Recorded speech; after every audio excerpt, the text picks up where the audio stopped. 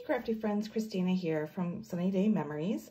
So for the month of November, we are going to be featuring a new paper collection here in the mini catalog. And it is on page 39, I believe. Let's see. Yes, it is the Take a Bow paper collection. And this is a fun paper collection, specifically, obviously, for Christmas and for making your holiday cards. But it's nice because it has some like kind of monochromatic papers in here as well, so that they would be perfect for if you want to think about going beyond the holidays, maybe doing some St. Patrick's Day, some Valentine's Day cards. So let's look at the papers here in person. And so I said that they're perfect for the holidays, obviously, because they have the red and green, but also you get 48 sheets. And so you get plenty to work with. These are 6x6 papers. So the one side has the multicolored with all of the greens and the reds. And then when you flip it over, here's kind of more of the monochromatic. And kind of what I was saying here, you could go ahead and use these greens, and you could do some St. Patrick's Day if you want to be thinking ahead. You've got some that you could do for Valentine's Day. I like to think outside the box and get maximum use of my papers. And so I'm going to have some of those ideas to share for you this month. So let's go ahead and get started. Okay, so for this week, we are going to go ahead and create this beautiful holiday card. We're going to lean into using those beautiful patterns for a Christmas card, just as it's intended. And we're going to create a faux quilted look here. I'm kind of angling it here, hoping that you can kind of see the texture of the embossed that I've done to this card. So this is a simple technique. It's a great way to use small pieces of your paper for a really wow impact of your card. So let's go ahead and talk about the pieces that we need for this card. So I've got a piece of, this is a standard A2 card. So this is a 5.5 by 8.5, and I've scored it at 4 1/4. And then I have a piece of white that measures 4 inches by 5 1/4. And then I've got a little die cut here that I've done. So you can use any die cut you want. Let me get a sizing here for you so that you know. It is about 2.5 inches long, just to give you kind of a sense. And then I've got several pieces of black here. I have got, this is a 4 1/8, sorry, by 5 3/8 tall. And then I've got this one here that is 1 3/4 wide by 2 3/4 tall. And then we've got this one, which is 1/2 inch by 4 1/8. And I'll have all these measurements in the description as well. And then I've cut a bunch of these patterns, and this is kind of where the magic happens. These are all 1 1/4 by 1 3/4 tall. So I've got 4 different ones that I'm going to be working with, 2 reds and 2 greens. All right, so then what we're going to do is we're going to go ahead and we're going to start with that piece here that measured the 4 by 5 1/4. And we're going to go ahead and start adhering them on. And we're going to start right here in the center going diagonally. So you can start with whatever piece you want. I'm going to go ahead and grab this one here. And I'm going to grab a tape runner so that it's easy for me to lift on and lift off while I'm doing it. I'm also going to grab our silicone mat because this is great for keeping the adhesive where I want it so I don't get any extra. So I'm going to go ahead and I'm going to take my first piece here, and I'm just going to center it right over that angle here, or that point rather. And then I'm going to go ahead and I'm going to take a red one. So I'm alternating between my patterns, and I'm alternating between the red and the green ones. And then I'm just leaving a little bit of space, like maybe 1/8 inch, maybe a little bit more than that, just so it's about balanced. I'm just eyeballing it. You could, if it was important to you, you could go ahead and measure. But I'm just eyeballing, especially because we're going to be going ahead and embossing it. That's not going to really show through if there's any little imperfections, but that's also kind of what makes it so wonderful about handmade, right? Is that it's not entirely perfect. Okay, so now we are coming upon the last one here for this diagonal strip, this first one. So then I am just going to go ahead and I'm going to flip it over, and I'm going to take a pair of scissors. And if you've got non-stick scissors, this is perfect for that because then you won't have them stick to your scissors. If you don't worry. You can always, if you do start getting some gummed up scissors, you can always just take some rubbing alcohol and get that stickiness off your scissors. So I am just trimming off the excess. And if you have large enough pieces, you can keep those because maybe you'll use them later. None of these are really that big, but maybe this stripe one might be, so I will keep that. But these two I'm going to go ahead and toss.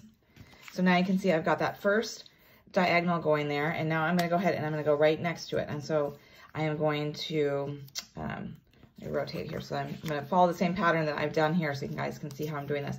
So then I'm going to go ahead and take my next piece here, and I'm going to start a second row right next to that. So I'm going to go ahead and adhere it. on. And I'm gonna alternate here. I don't want it to have the seam the same way. I want it to kind of be like just a little bit, like not halfway, but just a little bit offset. So that way it's creating this look. And this is also why I've done a tape runner, because then I can go ahead and pick it up and replace it if I don't like how I have it. So then I'm gonna go ahead and take my next piece and I'm gonna continue that. I'm gonna flip over my piece and I'm gonna trim it off. And I'm just gonna keep doing that. After I do this row here, I'm gonna do this row on this side and then I'll come back and finish out. Okay, so you can see here, I finished that second strip. And then I just wanted to show you how I was talking about how I offset it. But then when I go ahead and I mirror this third one that I'm doing, I am gonna try and keep those in line. So they don't have to be exact, but then just kind of, so it's visually kind of symmetrical in a way. I'm gonna go ahead and keep that same look. So I'm gonna head and put that down, and then I'm gonna grab my stripe piece here, and then I'm gonna go ahead and have that little bit, and you can kind of see how it's kind of mirrored here from this other row. So that way it kind of keeps it all cohesive here. So that's something you might want to try to do when you're creating this style. And then I'm just gonna go ahead and, again, making sure I've got that little bit of white showing there, a little bit of white here, and then we'll go ahead and do the final ones. So now I'm down here in the corner, and I'm gonna be taking my polka dot one here, and again, following that same kind of process where I'm kind of lining it up so that that line, that seam is similar. I'm gonna go ahead and put my polka dot one here. So it's gonna go up pretty far, leaving that white border. And then I do have a little bit left here, so I'm gonna go ahead and grab a piece of, so let's see. So see, I did save this piece, and this would be perfect for going ahead and putting it there because it's just a small little piece. And so that's why if you do have some of these bigger pieces left when you've trimmed them off, they're good to go ahead and save, because then you can go ahead and reuse them. And so I would just go ahead and flip this over. Again, trim off the excess as we've been doing. So it's really quite simple, and you can kind of see it all coming together. And you can see up here that I had that little space there that does need to have a little bit more, but I knew I was going to be using this polka dot one. So I'm going to go ahead and, since I cut that off, I'm going to go ahead and put a little bit more adhesive so that I know it'll stick. And then I'm going to go ahead and line that up so that I have a little bit of the white. It's going to be very tiny there, but we're keeping that look going. And then I'm going to go ahead and trim this off. All right, so now I've got a little bit of that showing up there. So now we're just gonna go ahead and finish this corner here and continue on. So I've got just the tiniest bit of white here in the corner. It didn't line up completely. So you could just go ahead and leave it white like that, or if you wanted to, you could try to go ahead and add a little bit of this. I'm gonna try, I'm not sure if it'll work or not, but we're gonna see, because we wanna have the adhesive really strong here on the end. And see if we can get it to stay on there. It might pop right off as we try to trim it off, but we'll try and see. Trim it. Trim off that last little bit. It looks like it might stay, and then when we go ahead and emboss it, it might help it stay even more, just so it looks more consistent. But again, I don't know that it would even be noticeable because it was such a small little piece, but I did want to show you guys that in case that happens with yours. So this is kind of where the magic happens. I mean, it looks pretty cool here like this as we have it, but when we go ahead and we put it in this embossing folder, this is such a pretty one. This is the Eyelet 3D embossing folder. I'm gonna go ahead and run it through my embossing folder, or embossing machine rather, and then we're gonna go ahead and see what it looks like. Okay, so can you see how pretty that is? How it's just a subtle bit of depth and pattern to that. And it really does give kind of a quilted look to it, like it's kind of like the stitching on there. And it's so simple to do. So then, to help it really pop, I decided to kind of matte everything in black. So I'm gonna go ahead and bring in the black pieces that I have. So this one was just slightly bigger with just 1/8 of an inch.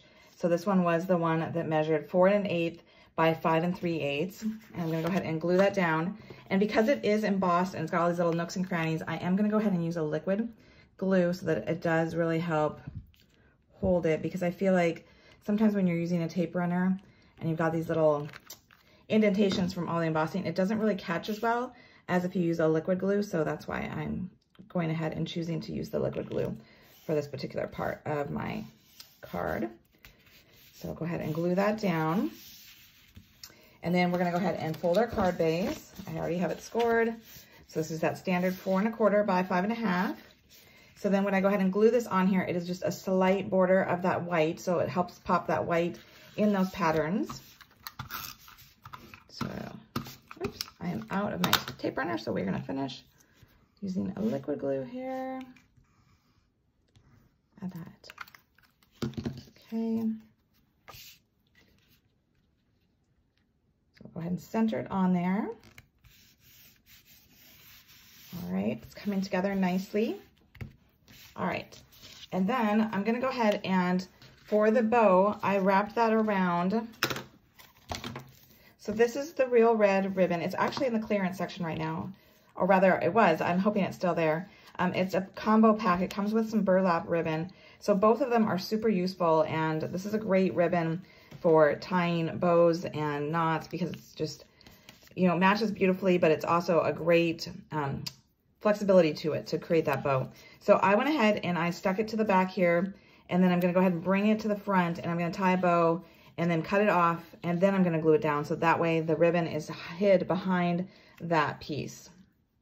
So as I started to tie this around this strip, I realized, because it was kind of flimsy, that when I had done my sample card here, I'd actually went ahead and I glued this strip onto here, and then I did not glue it down to my card base yet. So then I had the full amount of, so it's more sturdy to go ahead and wrap around. So if you have not glued down your piece yet and you're making this card, I would recommend doing that just because it is a little bit more challenging to do it on this strip here. It's not impossible, but so the tip I'm going to give you if you're doing it along with me and you've got to this part where you've already glued it to your card base and you can't go back and change that, is I'm gonna put a piece of our tear and tape on the back side of my black here.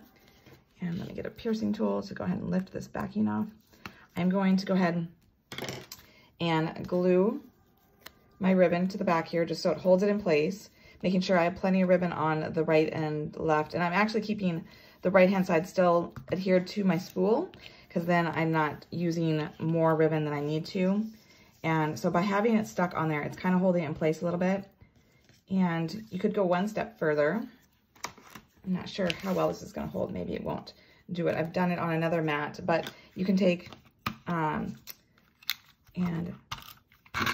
glue this on here so it kind of holds it in place while you're tying it. Yeah, it's not going to hold very well. So that way, if you have a different mat, this one is meant to like kind of, you know, repel the adhesive, so it's not really going to hold it down. But so you'll want to go ahead and tie it into a knot first, so that way you can create a nice bow. I'm trying to hold it down and have it not curl up while I'm doing this at the same time. So it is a little bit more challenging. Perhaps you can do it better than I can. And I'm gonna make it a little bit bigger because otherwise it's not gonna be tight enough.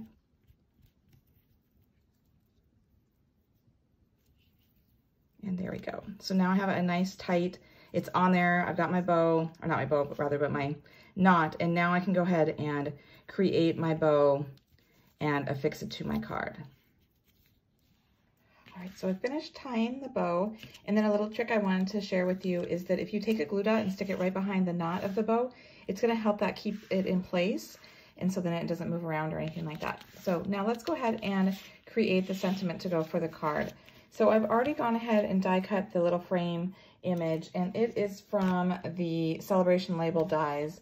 I believe this is on clearance. A whole bunch of stuff went on clearance recently.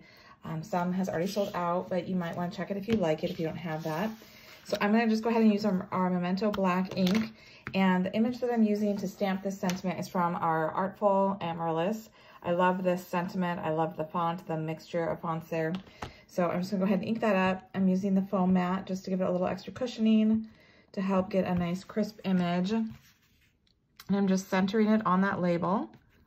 Giving it a second for that ink to get into the paper, and then lifting straight up for a beautiful image. And I'm gonna go ahead and close my ink pad so I don't get my fingers in that. Okay, so then I wanted to tie in that black frame that we're using to really make everything pop. And so I went ahead, and this is our last piece of the black paper here. This is that one that measures 2 3/4 by 1 3/4. And you can adjust that according to whatever die cut you're using for yours. And I'm just gonna go ahead and I'm gonna glue this straight on so it is flush on there. And you'll notice that there are little corner edges of it, so I thought that would be perfect for these pretty faceted iridescent gems. But before we add those, I'm gonna go ahead and use some 3D foam. And I'm using our black Stampin' Dimensionals because I like that since I'm using the black cardstock, it hides, it's not like as obvious as the white, the traditional white. And so if you weren't aware that we have this black, it is pretty awesome when you're using these darker colors like this. So then we're just gonna go ahead and pop this on here, centering it. Just eyeballing that. And then I'm just gonna go ahead and open this up and add my little gems to the corners. And then that kind of helps pick up all of the pretty colors in the paper. And so I'm using the small size. There's small and large size. And so I'm just popping one in each corner to finish it off. So I think that this technique is so fun, this little faux quilt look to it, just by adding this beautiful embossing folder to it and using these small pieces of paper. So it's super easy to achieve, and it's a great way to use up these 6x6 papers. So I hope you've really enjoyed this. And if you haven't already, go ahead and like and subscribe to my channel so you don't miss any of our future videos. And until next time, stay crafty.